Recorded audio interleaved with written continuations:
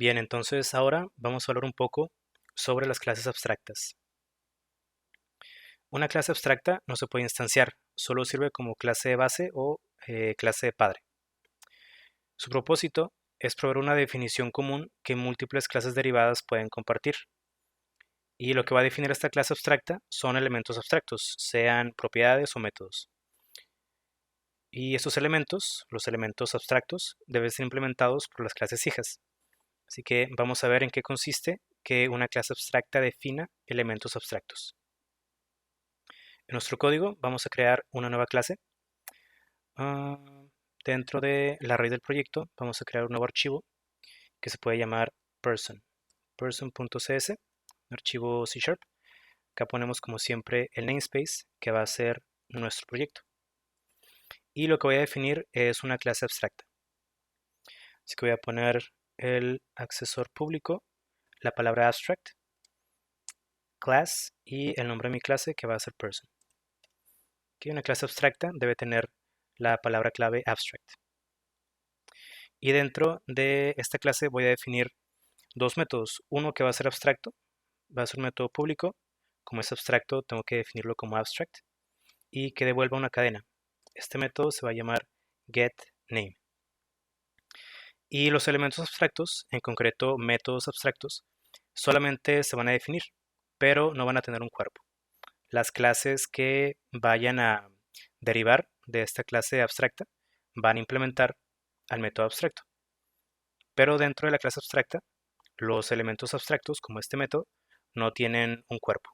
Pero también puedo tener elementos normales o métodos normales. Por ejemplo, aquí voy a definir otro método que sea público, que devuelva una cadena también y que se llame getCountry, para traernos un país, por ejemplo. Y en este método muy sencillo, simplemente voy a devolver una cadena. Podría poner aquí algo más de lógica, pero solo para ver el ejemplo, devuelvo una cadena. Entonces, esta es mi clase abstracta, definida como abstract. Tiene un elemento abstracto que es un método, que al ser abstracto solamente se declara, pero no se implementa. Y también tengo un segundo elemento, que es un método normal, normal en el sentido de que no es abstracto, y por lo tanto sí tiene tanto una declaración, o bueno, una definición, como una implementación. Así que para utilizar esta clase voy a irme a user, que ha sido la clase base con la que hemos trabajado, y voy a hacer que esta clase herede de person. Poner person acá. Y una vez que hago esto, puedo esperar la sugerencia de IntelliSense para implementar correctamente a la clase de person. Entonces puedo irme a la primera sugerencia, que es implementar clase abstracta. Y cuando la selecciono, voy a ver que se agregó un método hasta el final, que es el método getName.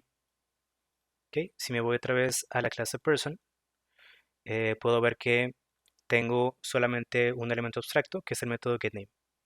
Entonces, ¿cómo voy a heredar de esta clase abstracta una implementación correcta de la clase? Es que tenga que implementar a todos sus métodos o todos sus elementos abstractos, que en este caso solamente hay uno. Así que cuando hago esto, por default tenemos aquí la palabra override porque estamos efectivamente sobreescribiendo a este método que está definido en la clase padre, que es una clase abstracta y por lo tanto aquí no tenemos una implementación, solamente dentro de la clase que está heredando de esa clase abstracta. Así que para este método podría, bueno, aquí como pueden ver tenemos una excepción que se muestra por default. Esto lo puedo quitar y lo que puedo hacer es simplemente devolver a mi atributo de name. Digamos que para este ejemplo, esto es todo lo que va a hacer este método. Así que cuando utilizamos una clase abstracta, tenemos que implementar todos los métodos o todos los elementos que sean abstractos de esta clase. Acá, por ejemplo, tenemos el getCountry, que no es necesario que lo implemente porque este método es un método normal de la clase. O sea, aquí dentro tiene su definición y su implementación. Si tuviera más elementos abstractos, tendría que implementarlos también en mi clase user.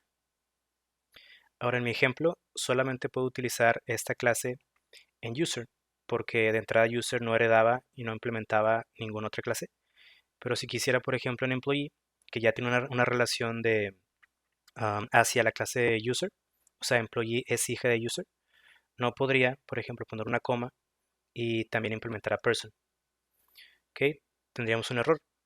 Aquí dice el error de IntelliSense que la clase employee no puede tener varias clases padre. O sea, en C Sharp tenemos que la relación de padre e hijo es de 1 a 1, entonces no podría implementar también en employee a la clase person, a la clase abstracta person.